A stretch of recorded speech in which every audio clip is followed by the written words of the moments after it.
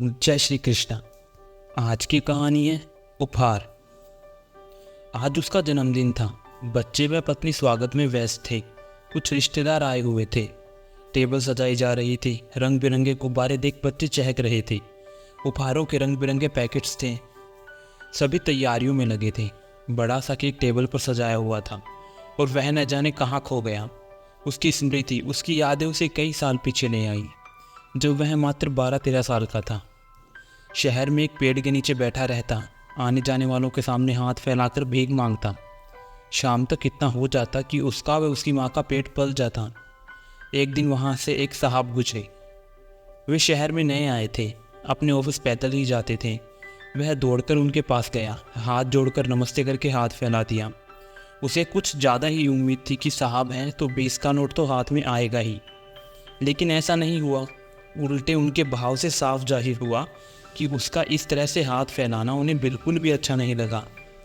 फिर भी 5 का सिक्का हथेली पर रख दिया। 1-2 दिन तो इस तरह रोज मांगते रहने पर उन्होंने कुछ नहीं कहा।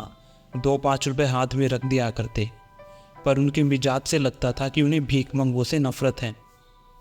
एक दिन उन्हें गुस्सा आ ही गया, बुरी तरह से डांट दिया। कहने लगे, शर्म नहीं आती भीख मांगते हुए? अच्छे भले सेहतमंद हो, मेहनत करके खाओ। तुम्हारी तरह सभी भीख मांगने लग जाएं तो देश में कमाएगा कौन? हमारे देश के जितने भी भीख मांगने वाले हैं, अगर मेहनत करने लग जाएं तो हमारी अर्थव्यवस्था को काफ़ी गति मिल सकती है। साहब के चेहरे पर गुस्से को भांपकर वह चुपचाप गर्दन नीची कर पेड़ की तरफ लौट गया। अब साहब उसे रुपया नहीं देते। वह दौड़कर उनके पास भी नहीं जाता, बस पेड़ की छाया में बैठा रहता। साहब भी तिरछी नज़रों से उसे घूरते हुए तेजी से निकल जाते। एक दिन साहब खुद उसके पास आए, पास बैठे और हालचाल पूछा। उसे लगा आज साहब मूड में हैं, उसे 20-50 का नोट तो दे ही देंगी। पर ऐसा नहीं हुआ। वे पैसों की जगह एक पैकेट देकर कहने लगी, आज मैं तेरे लिए एक उपहार लाया हूँ। फिर पैकेट खोला, उसमें से निकली वजन तोलने वाली मशीन और वो देते हुए बोले, आज से तुम्हें भीख मांगने की ज़रूरत नहीं। ये मशीन सामने रख देना, लोग अपने आप तुलेंगे और तुझे 5 रुपये देकर जाएंगे। इससे तुझे किसी के सामने हाथ भी फैलाना नहीं पड़ेगा, तुम अपने मेहनत की खाओगे। कहकर उन्होंने गाल पर हल्की सी थपकी दी और चले गई। उसकी आंखें भर आई। अब वे हमेशा उसके पास खुद रुकते, उसका हालचाल पूछते, उसकी दिन भर की कमाई का पूछते। कभी कभी हंसकर मजाक में कहते, पैसों की बचत करके रखना, तेरी शादी जो करनी है। धीरे धीरे पैसों की बचत भी होने लगी। इस बीच चाय की दुकान भी खोल ली। दुकान चल निकली तो धंधे का विस्तार कर लिया। आज भरा पूरा परिवार, पैसा, गाड़ी, अच्छे दोस्त, सब कुछ हैं। किसी चीज़ की कमी नहीं है। पर साहब जाने कहाँ होंगे।